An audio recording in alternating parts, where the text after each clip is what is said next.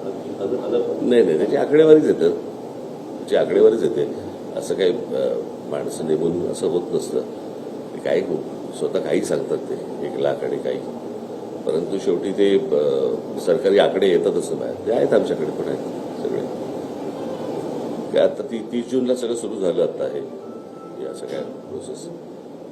मला कळत नाही खरं तर महाराष्ट्रामध्ये 3 वर्षानंतर निवडणुका आहेत आणि आता हे याद्या सगळ्या करणार. दरवर्षी मुलं 18 वर्षाची होत असतात. त्या सगळ्या गोष्टी पुढे कशा होणार. अनेक माणसं घरं सोडून जातात, घरं बदलतात, नवीन माणसं येतात. हे दरवेळी ही प्रोसेस थांबून चालणार नाही. ही 3 वर्ष चालू राहणारी प्रोसेस आहे आणि त्याच्यामध्ये काम सुरू आहे.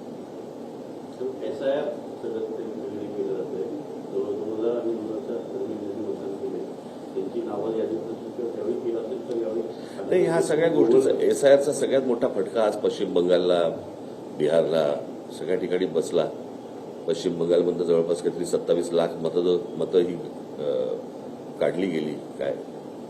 आणि आज ममता बॅनर्जींसारख्या माजी मुख्यमंत्र्याचं त्यांचा पराभव होतो. हे काही साधी सरळ गोष्ट नाही. इतकी मोठी सरकारी यंत्रणा लावायची. हे जे चाललंय राजकारण आता देशामध्ये, हे काही खूप घाणेरडं आणि खूप भयानक चालू आहे. याचा फटका पुढे भविष्यात भाजपाला मिळणारच आहे. तो असं काही तो कोण राहत नाही त्याच्यातनं. मुळात सत्तेचा अमरपट्टा कोणी घेऊन आलेला नसतो.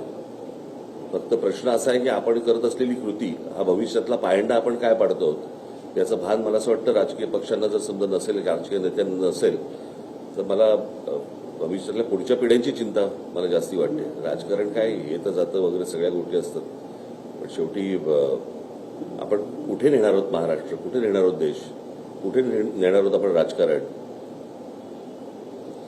आणि खूप गलिच्छ जे आता काय महाराष्ट्रात पण जे काय फोडाफोडीचं सगळं राजकारण सगळं सुरू आहे आता,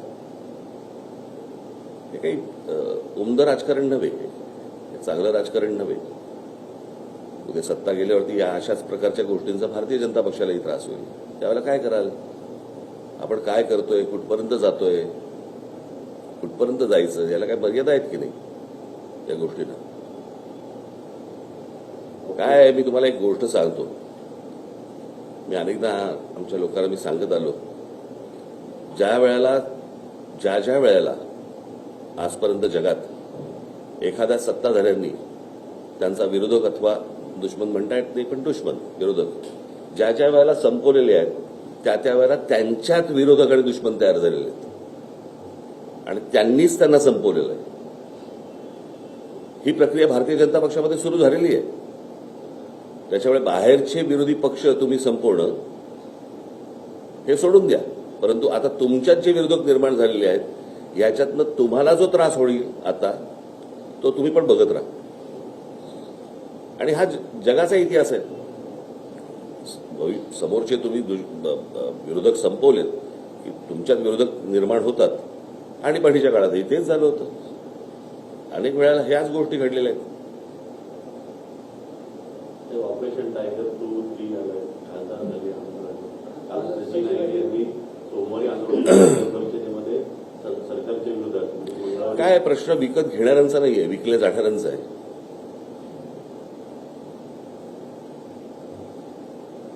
हो की नाही. आता देहविक्रीला जर समजा हे तयारच असतील तर गिराईक आहेतच.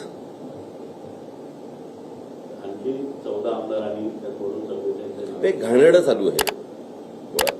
हे कुठच्या प्रकारचं राजकारण सुरू आहे. आणि हे मला असं वाटतं यामध्ये लोकांमध्ये जर समजा तुम्ही जाताच, पत्रकार म्हणून जाताच, लोकांमध्ये संताप आहे या गोष्टींचा. लोकांनी उन्हातानात उभं राहायचं. लाईट बंद कर रे तुझा, लाईट बंद कर तुझा.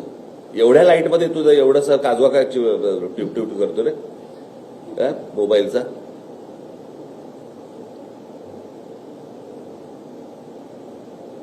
काय बोलू तुम्ही सर. हा, हे काही चांगलं राजकारण नाही चालू आहे. आणि याचा भविष्यात आत्ता जे काही भारतीय जनता पक्ष पायंडे पाडतंय काय, हा मी मागे पण म्हटलं होतं की ते आपण पत्त्याचा बंगला करायचं ना, पूर्वी पत्त्याचा, तसा हा उलटा आहे. त्याच्या खालचा जो पत्ता आहे तो नरेंद्र मोदींचा आहे. तो एकदा सटकला की सगळं कोलॅप्स आहे. कळलं का? आज ठीक आहे, ते त्याला तुम्ही भक्त म्हणा, काही असतील गोष्टी, परंतु जे काय आज टिकून आहे ते नरेंद्र मोदींवरती टिकून आहे, या बाकीच्यांवरती नाहीये. आणि अशा गोष्टींमध्ये तुम्ही ज्या प्रकारचं भयानक राजकारण करतात, खेळतात, हे त्यांनाही अंगाशी येणार आहे. ते महिला आरक्षण बिल आणि इलेक्शन हे पहिलं एक ते कोणासाठी सुरू आहे, कोण करते याच्या मागे, कळलं का? हे सगळं अमित शहाचं राजकारण सुरू आहे.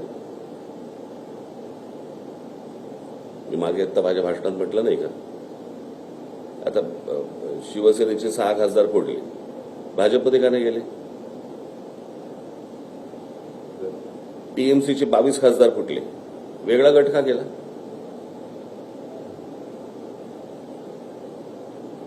उद्या जर मला त्याच्यावरती दावा सांगायचा असेल पंतप्रधान पदावरती, तर मला हे बाहेरून मला लोक, जर आतमध्ये विरोध झाला तर मला बाहेरून मग लोक मतदान करतील किंवा पाठिंबा देतील. आणि दुसऱ्याने जर समजा कोणी दावा सांगितला तर मी हे जे उभे केलेले आहे त्यातला कोणी सपोर्ट करणार नाही.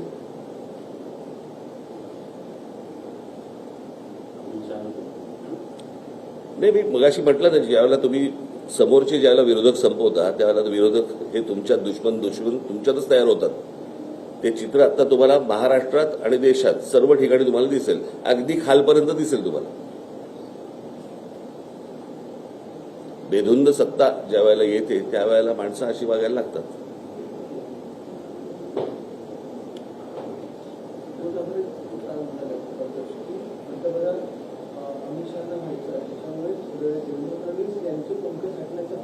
आणि मी त्याची माझ्या भाषणात नाही का बोललोय, तेच काय बोलतोय. पाऊस पहिल्याच पावसामध्ये मुंबई पूर्णपणे डुबली होती आणि मुंबईत बऱ्याच ठिकाणी पाणी साचलंय, ठाण्यातही बऱ्याच ठिकाणी पाणी साचलंय. त्यानंतर ते चेंबूरमध्ये बसवरती झाड कोसळलं, ठाण्यातील मुलाचा, अशा अनेक ठिकाणी झाडं कोसळलं. याचं कारण तुम्हाला आठवत असेल कदाचित, किंवा तुम्हाला मी गेली अनेक वर्ष या सगळ्या शहर कसं उभं राहतं, कसं उभं राहिलं पाहिजे याच्यावरती अनेकदा मी बोलत आलेलो. या शहराच्या उभारणीकडे कोणाचंही लक्ष नाही. बिल्डरांना फक्त प्लॉट देत राहणं, विकत राहणं, त्यातनं पैशातून राजकारणातून या सगळ्या गोष्टी, एवढंच फक्त महाराष्ट्रामध्ये सुरू आहे. लोकांना चांगलं आयुष्य मिळावं याच्यासाठी म्हणूनच काही कुठच्याही गोष्टी सुरू, नुसते रस्ते आणि पूल यातनं शहरं उभी होत नसतात. आपल्याकडे डेव्हलपमेंट प्लॅन येतो पण टाउन प्लॅनिंग होत नाही. आणि त्याच्यामुळे कुठेही रस्ते बांधा, तर किती उंचावरती बांधताय, त्याच्यात पाणी कसं जात आहे, वेगळा विषय आहे. त्याच्यावरती मी तुम्हाला 1 तासभर बोलू शकेन. अख्खा कोणाचं लक्षच नाही हो. फोडाफोडीचं राजकारणाचं पैशाबंद राजकारण एवढंच फक्त सुरू आहे महाराष्ट्रामध्ये आणि देशामध्ये.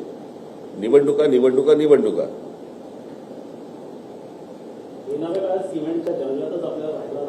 आता कुठे राहताय? नाही, आता कुठे राहताय? आता कुठे राहताय? कुठे आता तुम्ही? गाळांच्या जंगलात.